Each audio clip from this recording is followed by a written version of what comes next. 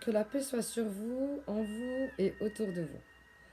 Je cherche protection auprès de la lumière contre l'obscurité et je demande pardon pour les erreurs que je vais commettre, que je pourrais commettre. Alors aujourd'hui, je voulais parler du thème de la souffrance parce que je vois beaucoup de gens souffrir et ne pas savoir gérer leur souffrance et je pense que c'est une grande clé au bien-être.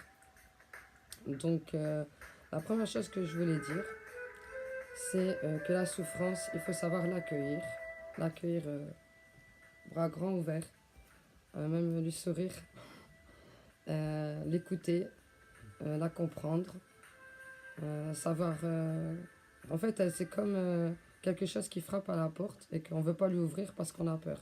On veut l'éviter, on veut l'anesthésier par tous les moyens. Mais la souffrance, elle a toujours quelque chose de beau à nous apporter. Je parlais avec quelqu'un cet après-midi et j'ai donné comme métaphore l'exemple de la souffrance physique. Si par exemple on ne voulait rien ressentir physiquement et, et on met la main dans le feu, on est en train de cramer, ça ne nous fait aucune douleur, on va brûler, il va nous arriver plein de choses sans qu'on s'en rende compte. La douleur, elle est là pour nous dire qu'il y a un dysfonctionnement interne. Donc c'est vraiment très utile. Et puis mentalement, psychologiquement, c'est exactement pareil. La souffrance, elle est là pour dire la situation, il y a quelque chose qui ne va pas, il y a quelque chose que on nie ou voilà, il faut l'écouter, il faut lui ouvrir la porte, donc l'accueillir, savoir d'où elle vient, qu'est-ce qu'elle a à nous dire. Donc l'idéal, c'est de parler à quelqu'un, à soi-même, à Dieu, ou écrire. Il faut l'exprimer, en fait, la peindre, en faire un art. Euh, En fait, quand on regarde tous les meilleures œuvres, souvent elles sont, j'allais dire, je trouve pas les mots. C'est l'accomplissement d'une guérison pour l'artiste en fait. C'est un moyen pour lui de guérir, c'est un pansement. Donc la souffrance, la plupart des choses qui sont belles dans la vie, elles viennent de la souffrance. Comme par exemple la naissance d'un bébé, c'est l'accouchement, c'est la souffrance. Les muscles, c'est du sport, c'est de la souffrance. Euh, des tas de choses qui nous rendent meilleurs et plus forts. Ce qui tue pas rend plus fort. Donc ce qui fait souffrir rend plus fort. Il faut aussi savoir que dans la vie, les épreuves, on se les inflige à nous-mêmes. C'est-à-dire elles viennent de nous-mêmes. On peut dire non, c'est pas ma faute, c'est un tel, c'est mes parents, c'est le gouvernement, c'est la société, c'est je sais pas qui. Non, c'est toi, c'est moi, c'est nous. Tout ce qui nous arrive, on l'a voulu, on l'a provoqué, on l'a cherché. Donc même les souffrances, on se les inflige. On dit dans les religions, il nous arrive rien de plus que ce qu'on ne peut supporter. Donc ça veut dire on va rien s'imposer de plus que ce qu'on peut supporter. Parce qu'on connaît nos capacités en fait. Et on s'inflige nos propres souffrances pour guérir de blessures internes dont on croit qu'on n'a pas conscience. L'inconscient, on y a accès si on fait un travail sur nous-mêmes et beaucoup de méditation. Ça reste pas toujours inconscient. C'est en général inconscient, c'est pour ça que ça s'appelle comme ça. Mais on peut en prendre conscience de cet inconscient et là, c'est le top.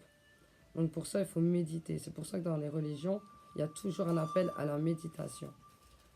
Méditer, c'est essentiel pour le bien-être. C'est savoir faire le vide. Parce que prier, c'est s'exprimer.